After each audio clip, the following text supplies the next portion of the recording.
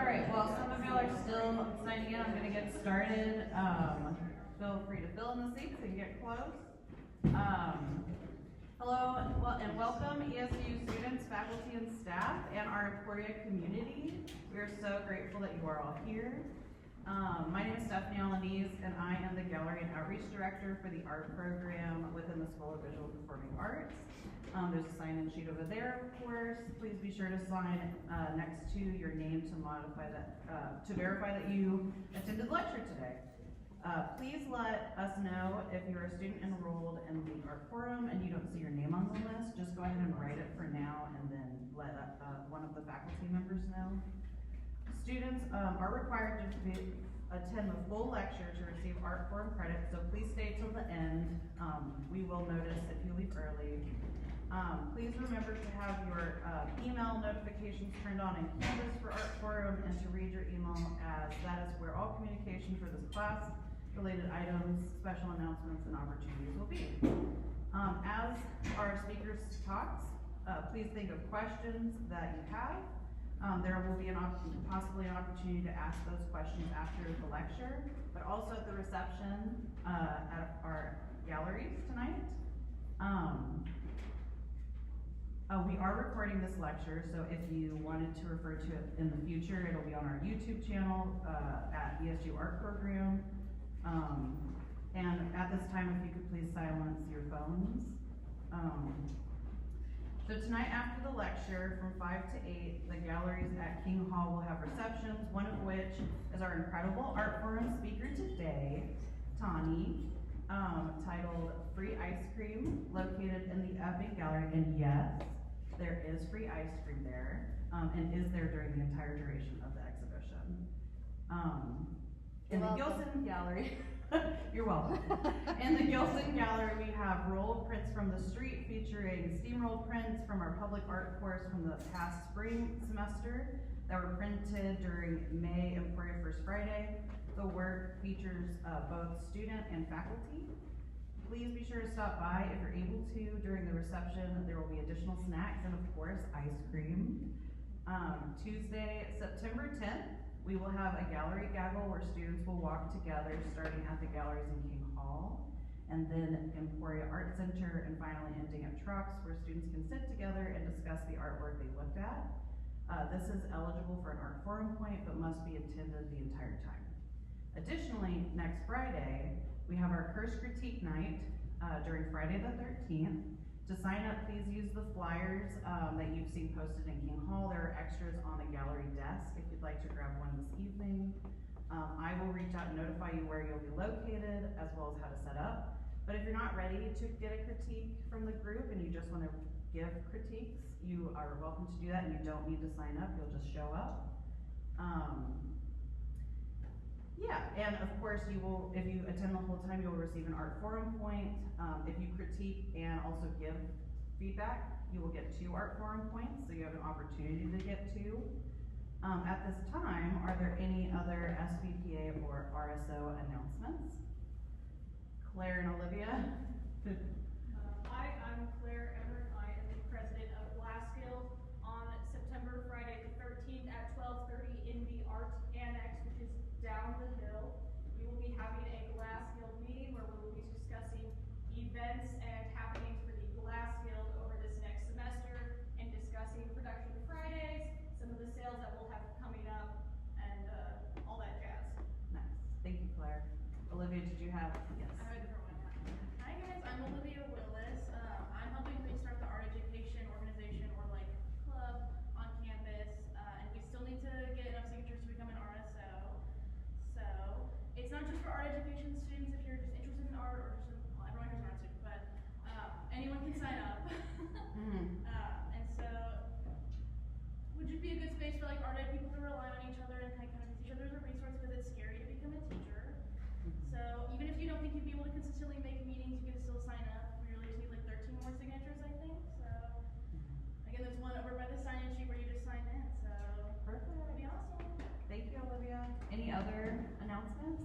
One more thing, so also next Friday, going back even further, at 10 a.m. we are having a brainstorming session for homecoming. We will be represented in the homecoming parade parade with the rest of SBPA, and so we have to decide what we want to do. Like, do we want to do a float? Do we want to just walk? And how do we want to promote art within that parade? So the parade itself is on the first Saturday of October. Even if you can't march in the parade, it would be awesome to have your ideas. So please come and join faculty and students in brainstorming for homecoming. It's going to be in the 2D, 3D design room, King 12. So at 10 o'clock next Friday. So you can go to all the meetings next Friday. Thank you, everyone, for sharing that info.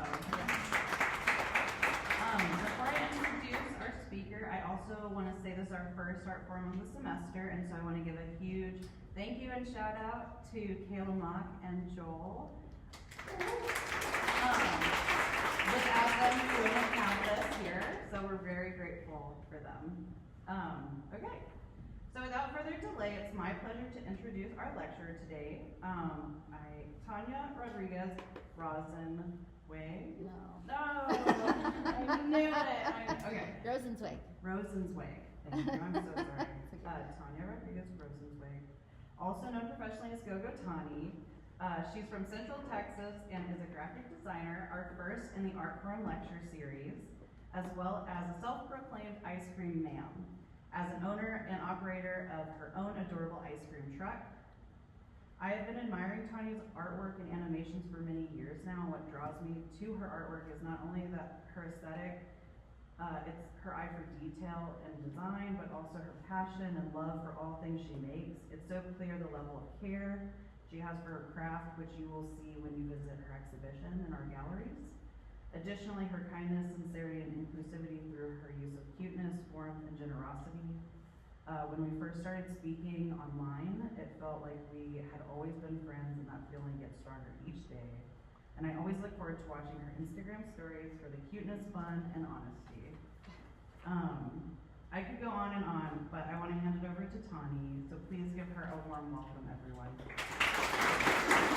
Thank you.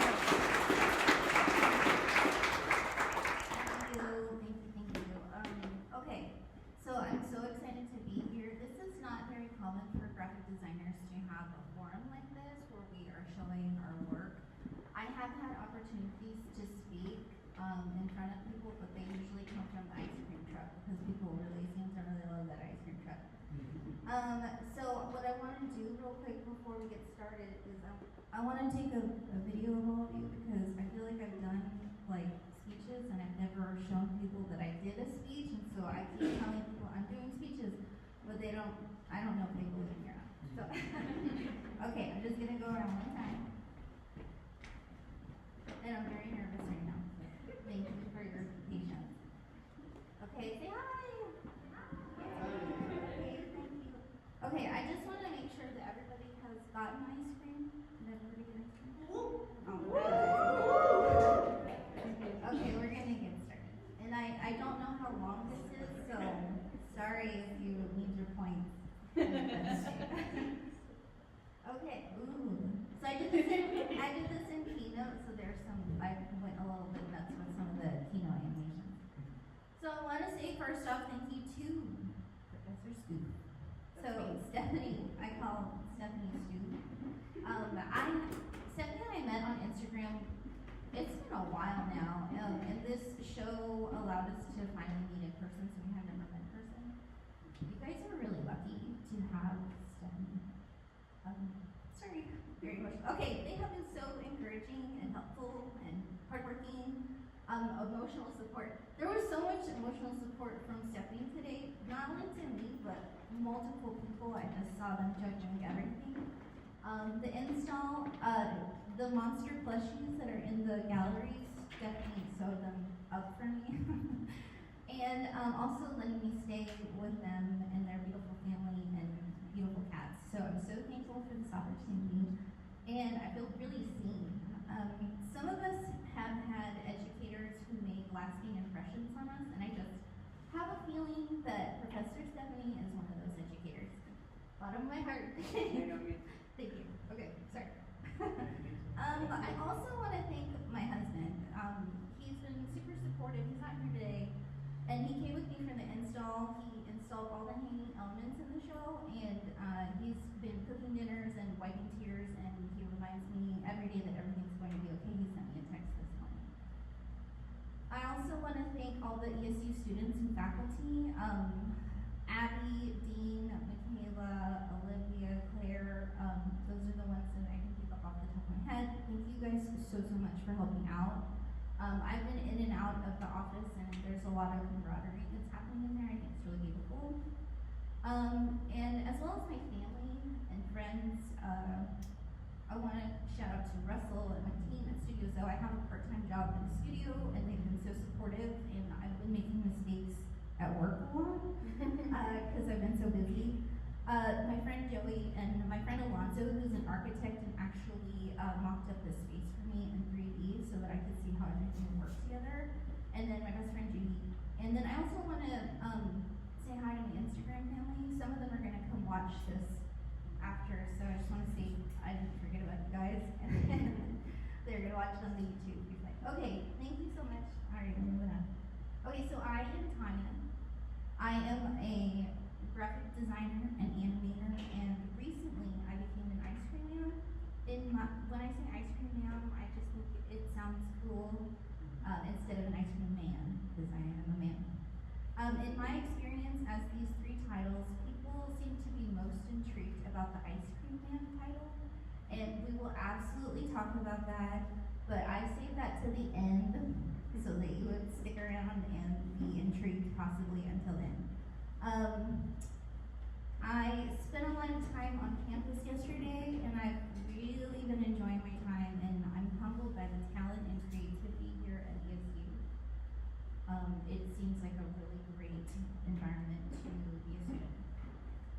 So, I want to introduce you to my whole entire world. This is my family. I am a native Texan, or I actually identify as a Tejano. My dad was born in the Rio Grande Valley, and my mom has a long lineage from New Braunfels in the San Antonio area. I have 3 older sisters. If you haven't guessed already, I am the baby. And we were all born in Austin, and I grew up in the country. Oh, sorry, that's coming up. Here we go. Everything is supposed to play. Here we go. All right, sorry about that. I don't think I have a Texan accent. When I was 5, my family moved to Northern Virginia, and my parents actually were working in Washington, D.C. And we were only supposed to stay there for a year, but we ended up staying there for 8 years. And we moved back to Texas, and I've kind of been back ever since. I have a niece and 2 nephews, of whom I adore with all my heart. They are the funniest people I know, and they're just growing up so fast, it's crazy. I live and work in Round Rock, Texas, which is just north of Austin, and I live there with my husband Robert and our geriatric Chihuahua Yorkie. Her name is Beans. Robert owns a pressure washing business, and he's also a boat captain. He loves the water, and he spends his free time on his fishing boat, and he is a scuba diver. So my family is super close. In the process of working on the show, working freelance, and working in my design studio, and also working on the ice cream truck. I haven't gotten to see them much, especially my niece and nephews, and it's really a reminder of how much I value quality time with my loved ones. It's good to be busy and have a full schedule, but I have to be careful about how busy for the sake of my mental well-being. And oh yeah, we're gonna talk about some more a little bit later. I do consider myself a privileged person. I have always had love in my life. I've never gone hungry, and I've always had all my fundamental needs met, and for all these things, I'm super grateful. But I did experience a very tough hardship. I got really sick when I was in my early 20s, probably around you guys' age. And I was treated at MD Anderson Cancer Center in Houston, and that's about 3 hours from my house in Kyle. And at the time, my sister Candy was in dental school in Houston. So me and my parents would drive to Houston. We'd see the doctors, they'd administer treatment for about a week. Then I had to stay in Houston for another week, and then we would drive back home. And my family at the time had all just kind of crammed into my sister's 1-bedroom apartment, and we just got through it together. There were some moments when I really wasn't sure I was gonna live. And for the half of the year that I was in treatment, it's not really something that I make light of, but it's also something that I am able to talk about now. I do think chemotherapy impacted my cognitive function and my memory, and it's led to some continued medical issues I carry with me today. But I'm super thankful to the doctors and nurses at MD Anderson and my family for getting me through it and pushing me through it even in times when I thought I would give up. So when you're talking to me, you're talking to this girl. Okay, so I'm gonna start with an acrostic poem. Are you guys familiar with these? Okay. So I'm trying to not cry all the time. I don't know what happened to me, but I'm like a crybaby. And I'll try not to cry today in the forum, but I actually can't promise you anything, and I almost cried already. So I hear my sister in my head, she's like, don't cry, don't cry. But it's because I'm really happy and I'm really delighted. I'm mostly cry because I'm happy, which is weird. I'm really assertive, so if anybody has ever had a conversation with me, I call it matter of fact, but I have been called bossy at times. I really do believe in saying what you mean and meaning what you say. I also believe that if the message is important, it needs to be delivered with care. So what does that mean? It means I had to get a tattoo to remind me to be nice to people. It's right here. It's a bee and it says be sweet. I like people and I want them to feel like they can talk to me, so I do try to be assertively approachable. That's the thing. And that's good because I'm really nice until you mess with me. I actually learned this from my dad. My dad can really make a friend anywhere, and he loves to be helpful to people unless he feels like he's being taken advantage of. As I've grown older, I realized that my dad might not care what people think of him, and he just likes to help people and have good conversations. So when he's not feeling someone or the situation, he has no issue with walking away from it. He's also given me some of my favorite advice when he was teaching me how to drive, and I kept thinking I was going too slow for the people behind me. He said, don't worry about the people behind you. It's not a philosophy just for driving, and as you're pursuing your endeavors, and for all the successes that you're going to have, don't worry about the people behind you. Look forward, and the right ones will catch up. I'm young at heart. You can see from my work in environments when I feel like I can be myself, I am super playful and I love to joke around. I think I spent a lot of time worrying and in my head, eager to grow up when I was younger, that I never got to fully enjoy my experience as a kid or even a teen. So I don't know if I'm trying to make up for lost time, but I do also own a lot of toys. Okay, this is my favorite. So a lot of you probably heard this quote, a jack of all trades is a master of none. But this is the full quote, but oftentimes better than a master of one. I do admire people who are clear on their focus. I wish I was a person who had one thing that they wanted to do. Unfortunately, I've never been that person. When I played volleyball, I played all positions. When I work anywhere, I tend to wear many hats. I am actually unable to focus on one practice in design. For as long as I can remember, I was always encouraged to pick a thing and do that thing. Well, I cannot do that thing. I don't know what that thing is. I have to do a lot of things, and I have accepted this about myself. It's okay to do more than one thing. It's okay to have many interests and to try to do different things. The downside is that you might always feel unsettled. The plus side is you might find a lot of things you love to do. If you want advice on how to manage being a jack of all trades, I would too, so let me know what you learned when you learned.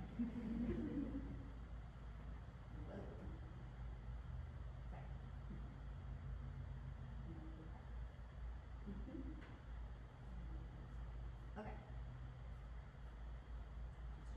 Yeah. Tanya, trying not to cry. Okay, so this is I'm going to go through my career as it's been so far. So I started out as a graphic designer. I just want to also let you guys know that I went back to design school in my 30s. So I was the older student of that school. It's never too late to get started on your dream, whatever your dream is. So I started working at a branding studio called Shelf Studio. This is some of the work that I helped on and some of the work that I did.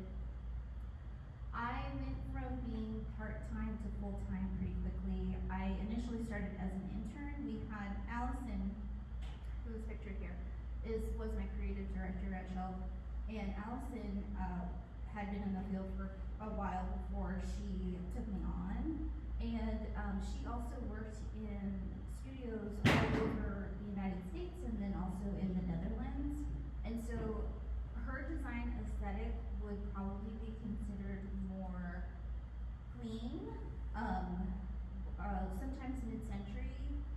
very, I don't know, you've seen how I do my stuff, it's a little bit different. So, it was a boutique studio. We had about 6 to 8 people at the most at one time. Allison really taught me everything that I needed to know about branding and brand design. I learned some in school, but I think working in a studio was really essential to me becoming a branding expert, which I really do feel like I know the ins and outs of the brand at this point. So we would work with small to medium-sized businesses. Their budgets were ranging from $1,500 to $50,000, and we were more focused on health and beauty, fitness, and food. I love food. And so this was my first time working directly with clients. Again, known for a super clean aesthetic. Some of these brands I really, really love, and they are also very lasting. So something that we focused on in the studio was creating brands that were lasting and classic, so that you don't necessarily have to change it as often. When you go with a trending design, you do have to change it more often. So I'm gonna walk you guys through branding, okay? It's more than a logo. You guys learned this in school. Okay, so the first phase of branding is discovery. At this point, we're interviewing the clients and just learning a lot more about what they want, what they're doing. We're looking at the assets that they currently have. Sometimes people are coming in for a rebrand, so they already have a logo or they already have colors. We just gotta take a look at what they have, what we're working on. Then we do competitor audits, so we look at everybody in their space. I'm gonna use cereal as an example. So we look at all the other cereals. Say we're looking at Kellogg, we're looking at their brand, specifically what they're saying and the colors they're using, the type of imagery they're using. And then we figure out brand best practices in the industry. Sometimes I see projects that are like passion projects that people do, or examples of how they're working. And specifically, I saw one that had they were rebranding cereal, and that's why I'm like, let's use cereal. And they weren't. One thing, if you go to any grocery store, next time you go to the grocery store, you look at the cereal aisle. Every single box has what's inside of it on it, so you will be able to see the product that's inside. It is nice to do projects where it's like, oh, in reality, it's nice to do projects and have them look very nice, like what I saw was very clean and very nice, but it didn't have the picture of the product on the outside of the box. There are general practices for every specific type of product, so that's where we have to look and identify them. Then we pull together mood boards. I was talking to the class earlier today that everything that's out there, we have to kind of accept in a way that a lot of things have been done. So we pull together things and kind of piece together a look that might work, and also that the client is agreeing on. Sometimes we would come up with about 3 to 4 options for them to choose from, and then once they choose like a specific aesthetic, then we kind of go in and start doing our thing, but we'll talk about it more. Then we go into strategy. Okay, so strategy is like one of my favorite parts of this. This is about research. So we look at a target audience. Who are they trying to get to buy their cereal? Maybe they want moms who are feeding their kids, so they wouldn't necessarily target the kids in some spaces, or would they? So we have to make that decision. And then we have strategic assets like mission, vision, voice. And we did a lot of focus group and testing, which is really fun. And then you get into design. So you have to do all that, and then you get to do design. So we did a lot of naming and copywriting. Some of the brands that I showed you earlier, I got to do some naming. I'm okay at copywriting, so I got tasked with a lot of that kind of work.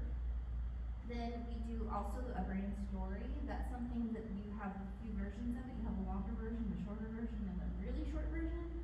And you put the longer version usually goes on the website. The shortest version goes on packaging if you were doing CPG. Then you go into logo, color, typography, iconography, illustration, elements. packaging web design, so we were just doing design but not the development. We did a lot of collateral, so it's like business cards, and my favorite were one sheets. Do you guys know what one sheets are? So when somebody has several SKUs, so say like Kellogg has, I don't know what kind of ice creams they have, I mean cereals they have, but maybe they had like corn pops and they had frosted flakes. Like these were all of these different, those are all SKUs, and then we apply the SKUs to a one sheet, and it's literally always an 8.5 by 11 sheet. Sometimes it was folded, but it always had to be 8.5 by 11. And this is a takeaway that they would take to Expo with them so that people could understand the size of the packaging, how many packages go into one cart, so that they can, at the weight of everything, so that when they do an order or place an order for wholesale, then they know how much they're gonna pay for shipping and all that. It's awesome. And then advertisement, of course, like web ads, anything like coupons, stuff like that. And then environmental design, we did a lot of expo booths, and I loved expo booths. So other fun stuff that we got to do in the branding studio is photo shoots. I did casting, I did cooking. There's a bowl of vegetable noodles down there. I cooked that, and then I got to do some food styling as well.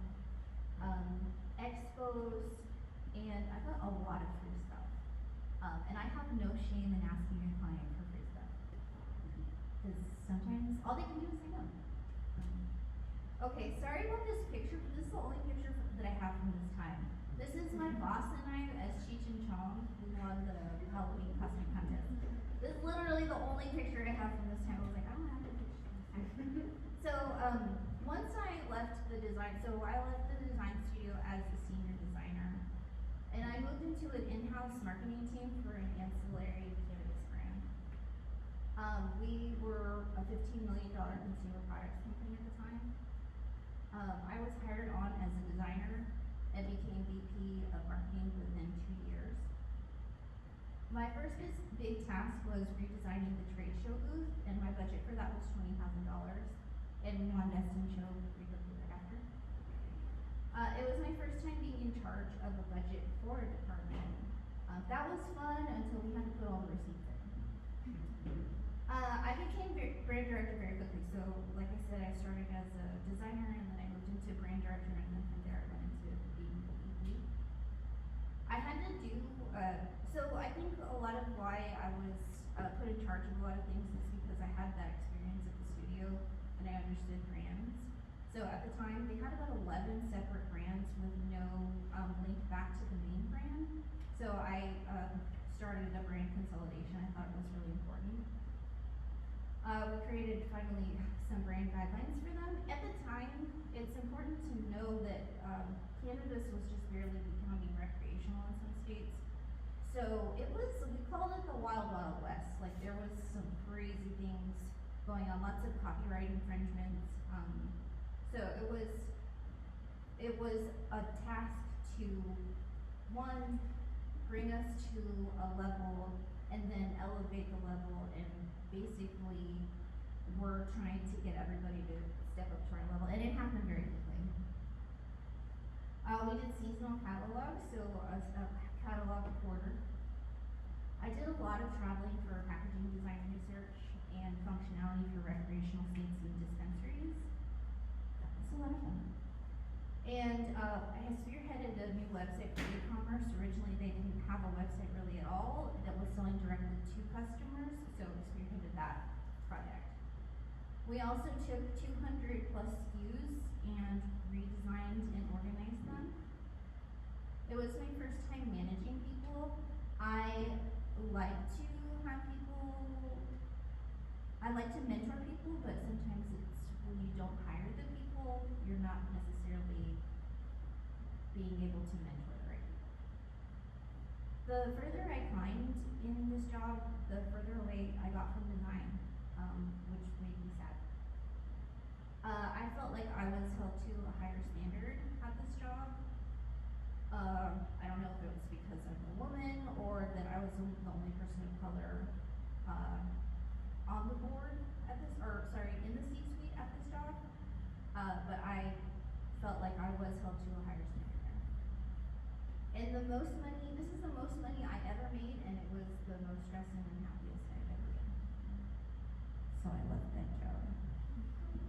Other things we did were photo shoots, video shoots, casting, hiring, firing, mentoring, and I got a lot of free stuff there. Okay, so now this is the beginning of my freelancing career. I have this philosophy now that I've been working on my own. You work hard to make money for yourself as a freelancer versus working hard to make money for somebody else. But at the same time, as a designer, you're always working hard to make money, someone else's money. As a freelancer, I've been doing a lot of identity systems, web design and build, packaging, character development, one of my favorite things. I do advertisements, illustration. I want to welcome you to Tony's Freelancing School of Hard Knocks.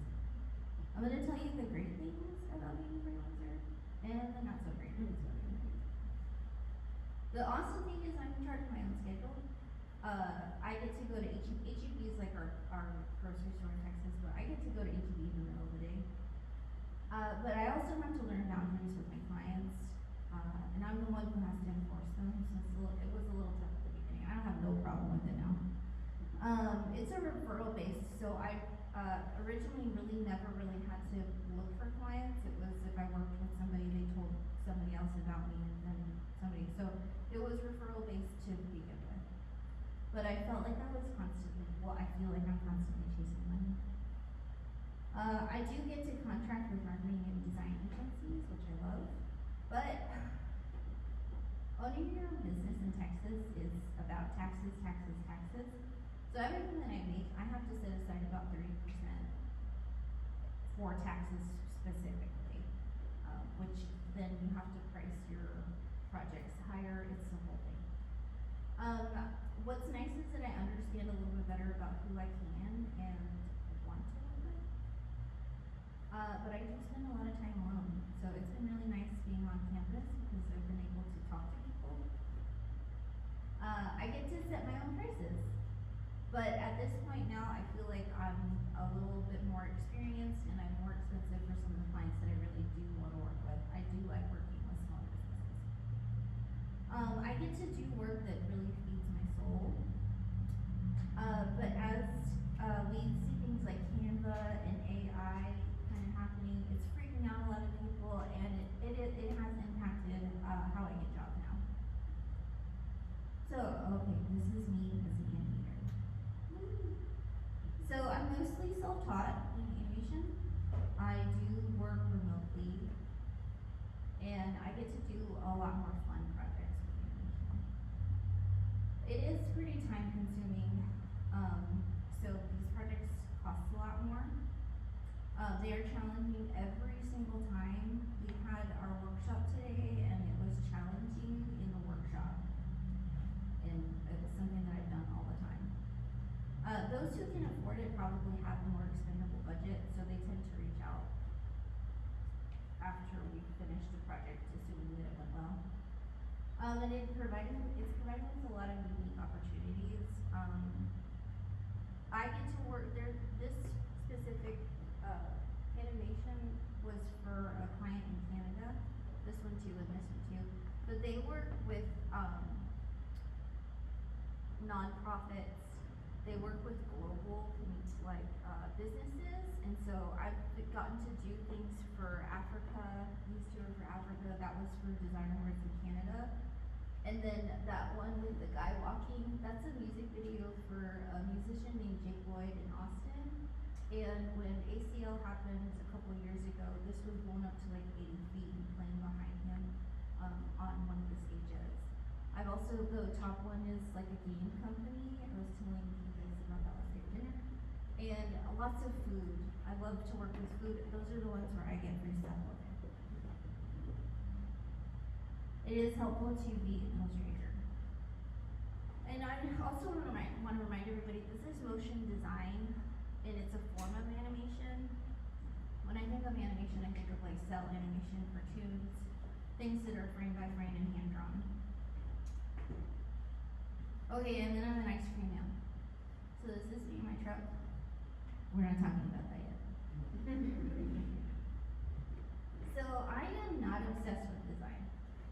I am obsessed with the capabilities of design.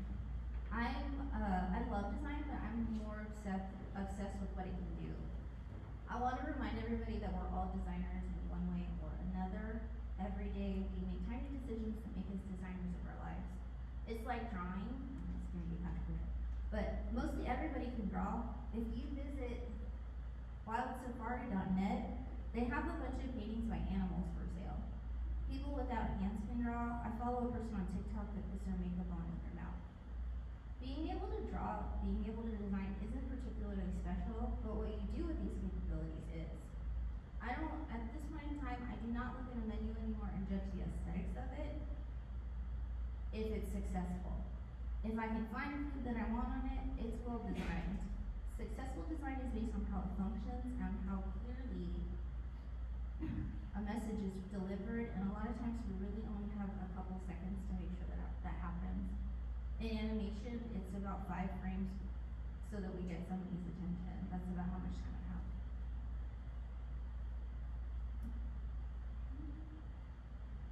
So a little bit about free ice cream. Free ice cream is a branded experience. So what did I do? I looked at my target audience. Who's my target audience? It's you. Figured you guys would want some free ice cream. Identity, I have a logo. You guys see it there? I used specific colors. This is the typography. You want to look at these typefaces. And I use iconography. I want you to know that I love color, and I'm not afraid of it. A lot of designers are afraid to use color these days, and I am a color lover. I'm kawaii till I die, so everything is cute. I can't help it. I do serious design work, I think, and then people look at it and they're like, that's super cute. I can't help it. It is what it is. But is it an art?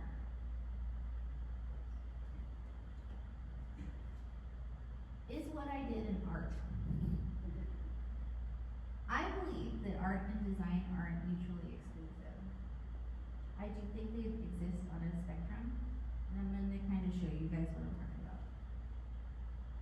So if we look at this first design, it's all type, right? It's all made of letter forms. I wouldn't say it's particularly designed. It is love-designed, but yeah, is that a designer? Is it an art? When I think of a designer and artist, I think of Ed Rocher, and all Ed Rocher ever did was, well, not all he ever did, but a lot of what he did was type-based art. Then we're adding in a little more flavor. We've got new typefaces, we've got some sort of messaging, and also it has a call to action. Come see on September 6th. I would argue that these are still kind of arty. Now we're adding in some iconography. We're getting a little more arty. And then now we have taken out some information. We gave it a little bit of ambiguity. And we want to make people think a little bit harder. So the message was clear before, now it's not so clear. And then here we go. That's some vector art. But it's still designed because I put it in the center. I actually moved it over to the left a little bit to give it a little bit of tension. So is it art, or is it design art, or is it an art design? What is it? I think the difference for these might be just the context. What are you using it for? If you need a clear message, an assertive message, if you will, that might put it closer to the end of the spectrum where design sits. I don't know. But whether free ice cream is an art project or design project, it's meant to be kind of blurry. Like this. It's not an art, it's not a design, it's just a project. What have I become? Okay, remember I showed you guys this?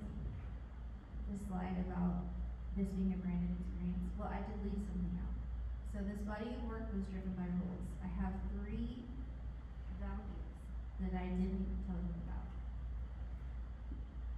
And this is a value-driven experience. So the first one is efficiency. If you find yourself getting frustrated by systems in place, or you get ants in your pants when you feel like nothing is changing and it's a problem, this might be one of your values too. I brought efficiency to this project by essentially creating an identity system and using assets over and over again.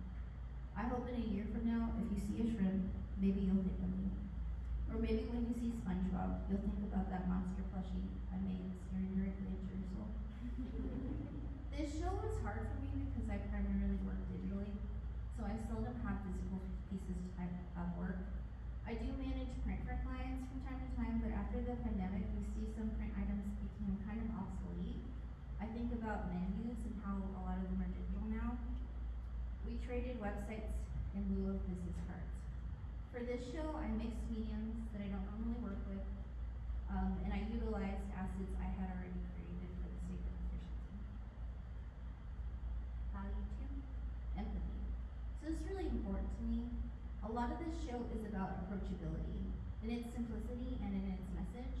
My only goal for the show was to achieve 1 smile, and I already saw it. I saw some people smiling there. If one person smiled when they walked into the gallery, even if it was because of the free ice cream, it really did make it all worth it to me. Design is incredibly competitive, and for what I know from working with artists, it can also be a competitive landscape. Y'all are just getting back to school, and you have enough pressure. On purpose, this show was intended to make you laugh, smile, for you to take selfies and tag me at Bodo Honey, and eat ice cream. This show is for you, and I hope it makes you happy. Value 3, authenticity. This show is me. So, for a long time, I thought being me wasn't cool enough or worthy or capable. I imagine these feelings come up for a lot of creatives. A couple of years ago, I had a very difficult year and was seeing a therapist regularly. One of the exercises they had me do was to make a physical representation of what it looked like when things were good for me. And I shared this picture. Oh, right on. This isn't good. It's a picture of me and my brain, and we're finally friends.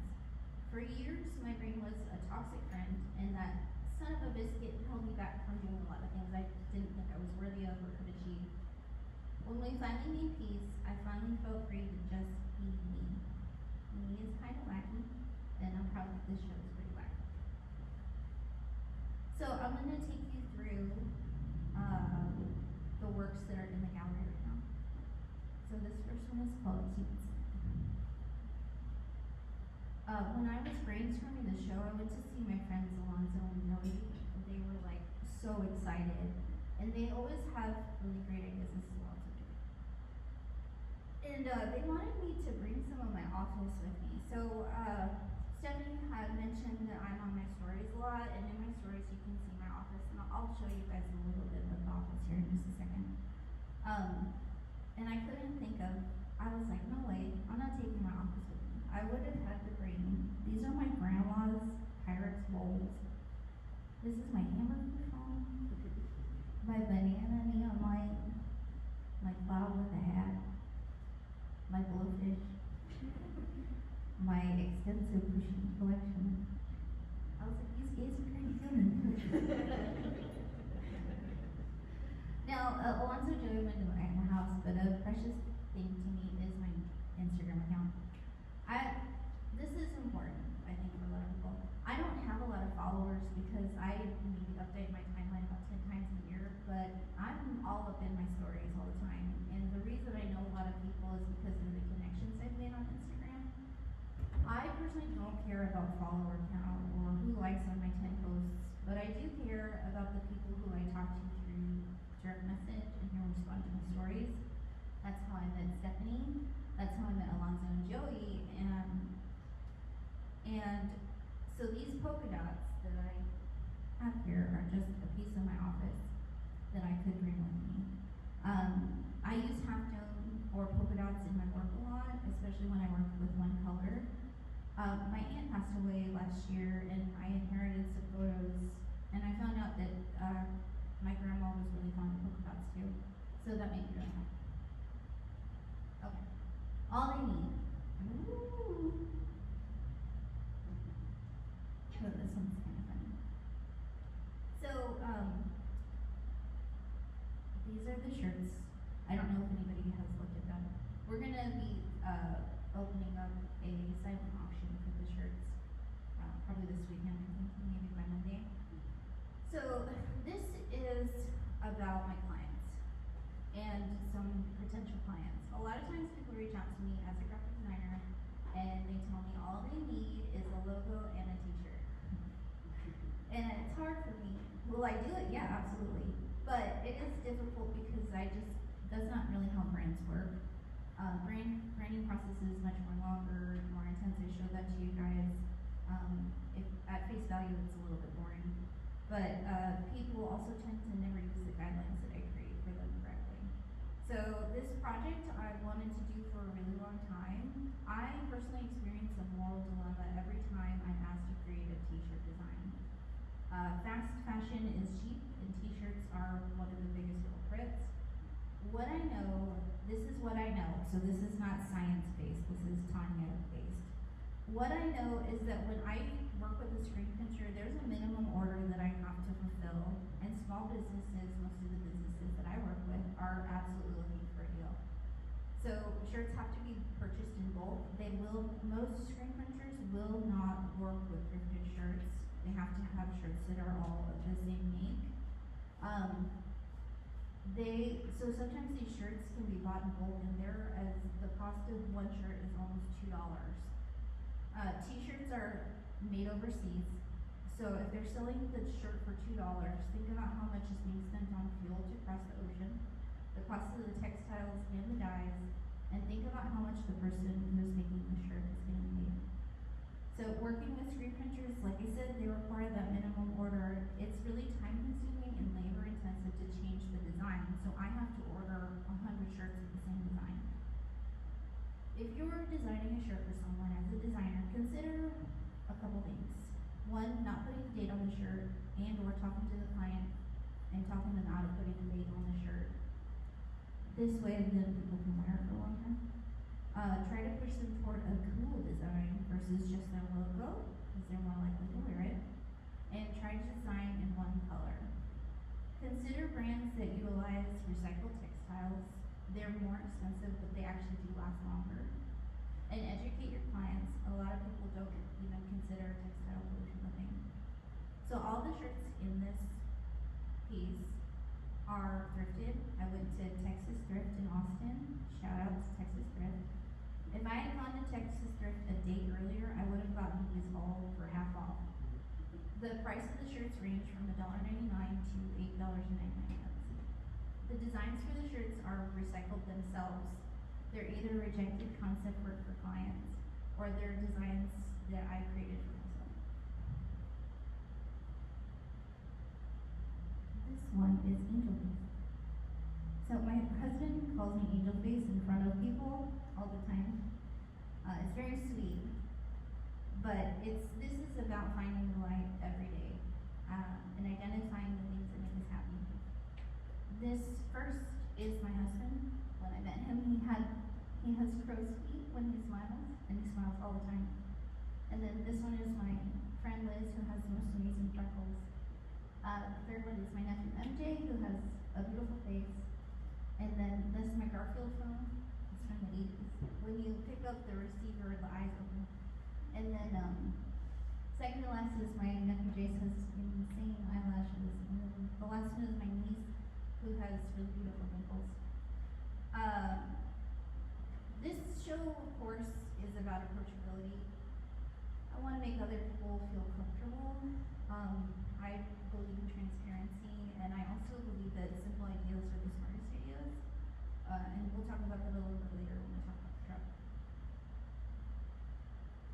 Oh, sorry, these are close-ups. These are all vector illustrations. Okay, this one's called Better Catch It. This one's one of my favorites. So this is about my mom. when my mom knows that I'm stressed or freaking out, she'll call me and she'll say, "Is your refrigerator running?" And then she doesn't even finish the joke, she just starts laughing. She also has another one where it's like, "Does your face hurt?" Have you guys heard that one? Does your face hurt?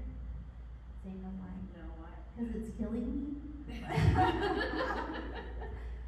So, my mom has been, you know, I think my mom recognizes kind of wacky compared to my sisters, but she's always been super accepting of me as a person and was always letting me cut my hair or dye my hair or do whatever I wanted to. And she was the first person who told me that I could do anything. And I didn't believe her at first, but then I think once I went back to school, to design school, I truly believe that I can, literally you can do anything. She's been there for me when I've been sick. Oh no! Your refrigerator's not It's not ready. I caught it. I love my mom with all my heart, and it's just for her. And you guys, it's funny. Okay, my desktop. Okay, so this is a collection of work that I've done, and it's also kind of an indication of what my desktop looks like. It is way messier than this. But this is kind of based off of this painting by Frida Kahlo. When I was in the 5th or 6th grade, my oldest sister had gone to college, and she brought back a book about Frida Kahlo. I had never heard of her, and I was really blown away by the adversity that Frida faced, and her art became a benchmark in my continued love for art. I always have had a love for surreal, and I really did dive face first into the work. In this particular painting, Frida and her husband had been living in New York. Her husband was experiencing a lot of successes, and he didn't want to go back to Mexico. So this image depicts iconography associated with New York at the time, and her lonely Mexican indigenous dress hangs amongst all the chaos of the city. On purpose, I didn't look at this painting until today, well, really yesterday, because I didn't want to be too influenced by the composition. I always wanted to make sure my own was really simple for the sake of legibility. And then, let me go back. I just want to show that.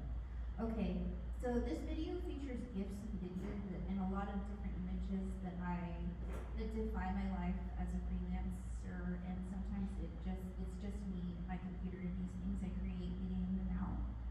Some of them make me money, some of them, like my GIFs, where I have 4 billion GIF views, make me no money. Yeah, I'm in this place where I'm alone with my thoughts, and sometimes I do long to be outside or in a different place. Working as a freelancer, creative block happens, but the nature of the beast is that it's actually not allowed to happen. There are deadlines and eager timelines that we have to hit, or we don't get paid. Sometimes it does feel like I'm spinning my wheels and trying to make things happen, and this takes me directly to burnout. It's a feeling that you have to keep going, but you just don't want to. I feel like this Frida Kahlo painting sometimes. Okay, but we'll get to this. Okay, this is the one that I've been getting a lot of questions on. 2024 Virgin Final.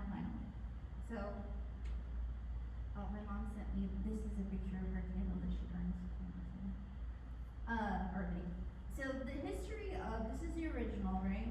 The history of the painting and its mysteries are that in 1531, this man in Mexico named Juan Diego is visited by the Virgin Mary 4 times. The Guadalupe is actually first depicted in Spain. This particular iteration is a depiction of her as seen by Juan Diego. She spoke to him in his native language, was Nahuatl, which is the Aztec language. Details in the painting indicate Aztec origins. So she actually has a Aztec maternity belt, so this indicates that she's pregnant. And then this crescent is tied to the symbolism of Quetzalcoatl, which is the feathered serpent deity. This is an extremely Catholic image that I grew up with. To me, it's tied directly to the women in my family, the ones who are gone and the ones who are still with me. It's an icon associated with mystery, miracles, and protection. I actually did the first iteration of this when I was getting out of design school, and I'm going to show it to you. Okay, that's it. Our Lady of Guacamole. I put this on candles, and you see my mom has this candle that she burns in her house all the time. At the time, the ladies in the cafeteria of the place where we were having our portfolio show, they found out that I was giving away free candles, and so they came and they were like, "Are you serious? You're giving these away?" And so I still think to this day that it's so funny that like my face, because this is my face, and this Lady of Guacamole is in their living room, probably being burned. I just need to laugh. Sometimes things are just never finished. I'm sharing my iteration as it is today. This is what it looks like in terms of the vector portions of it. This is when we look at it via, not through the preview, but the outline view in Illustrator. I just don't accept that this is actually finished because as I move through my design journey, my style keeps kind of changing, and the colors I love change at any given time, really. I do love vector illustration. In art school, there are extensive classes on technique for maybe painting or drawing. Even what I learned in Intro to Drawing was way more extensive than what I learned in terms of art and composition through the AI course. They focus on the functionality versus what the capabilities are. I've always been obsessed with vector graphics. I was telling a few people earlier that I couldn't draw a straight line to save my life, and I loved how graphics were so crispy. When I turned 30, I went back to school for design, and it's really changed my life, and the way I am as a person and who I've become as a designer continues to change, just like this illustration will, and this image of this icon will until the end of time. I just wanted to do some close-ups of some of the detail. That's my face. Okay. A friend for the end. And then talk about the ice cream truck. So someone asked me yesterday why I started the ice cream truck, and I said that I didn't know why, but I do know why. It's because of these three shrimps. My sister's kids have changed my life. They have taught me patience, which I'm not really renowned for having, and I understand unconditional love now. I think it's very cool that they walk the earth and that they love me and are excited to see me in return. I think of things in terms of children a lot, and that's what makes my work very accessible. I also think making things in a way that children understand is really hard to do. So I think that ideas that can cover all ages are some of the greatest ideas. This is Rocky. She does have googly eyes. Okay, oh yeah, you can see the googly eyes there. She's almost as old as me. She's 40. She just turned 40 this year. I bought her in 2022, and I started the business last year. And this is my second business as an ice cream museum. I can't imagine regretting this decision. I'll always have the memory of the great things that have happened as a result of having my truck.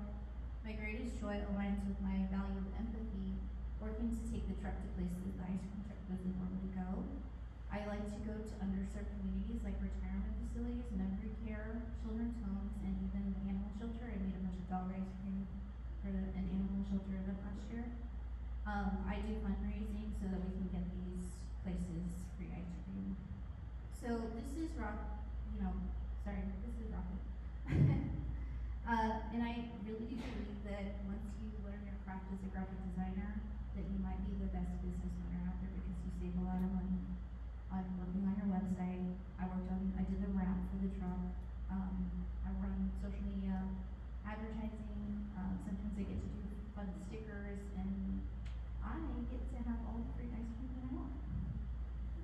There's some things that I thought were pretty cool to show you is that this sign, all these signs are magnetic, so I can change out that message for anybody. And then my menu is also magnetic. One of my pet peeves with going to the ice cream truck was stuff that I wanted was always sold out, and they always have the sticker still. So now if something sells out, I can just pull it off, and I make the magnets at home with the perfect machine. Ooh. I also like to have specialty items, things that other trucks might not have. I work with a lot of local vendors, so I have a pickle lady from Austin. My vegan, also my truck is dietary inclusive, so we have vegan options always, and dairy-free options.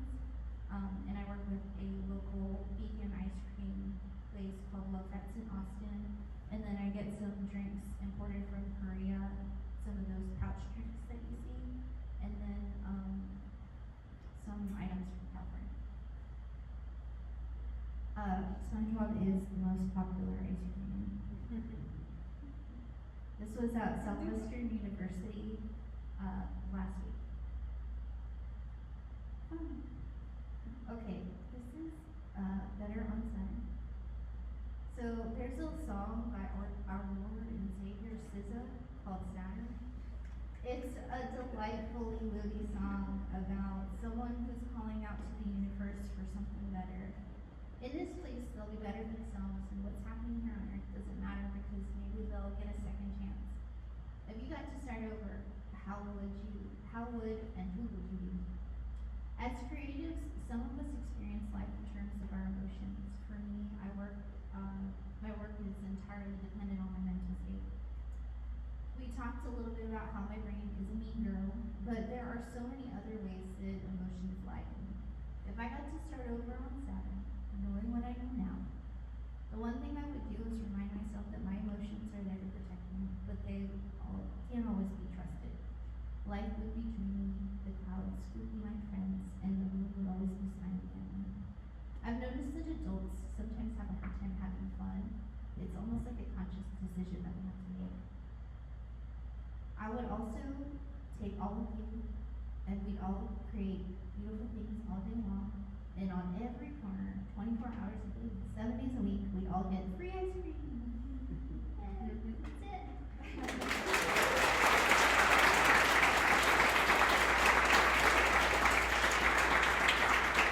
Does anyone have any questions for Tani?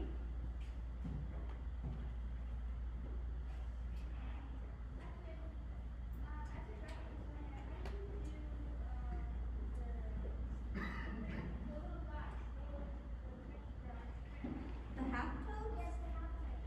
So you can make a pattern with a dot.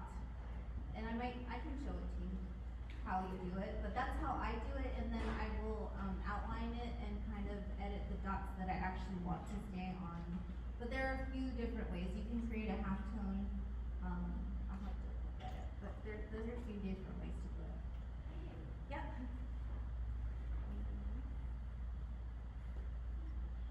No. Well, you should come to the reception if you have other questions. Tani will be there the whole time. Let's give her another round of applause. To support the ESU Art Forum program, please visit emporia.edu/art. Click on the Events tab, scroll down to the Art Forum link and click. Then scroll down to the Support Art Forum button and click. Finally, choose your donation level and click on the Continue button to complete the process. We appreciate your support.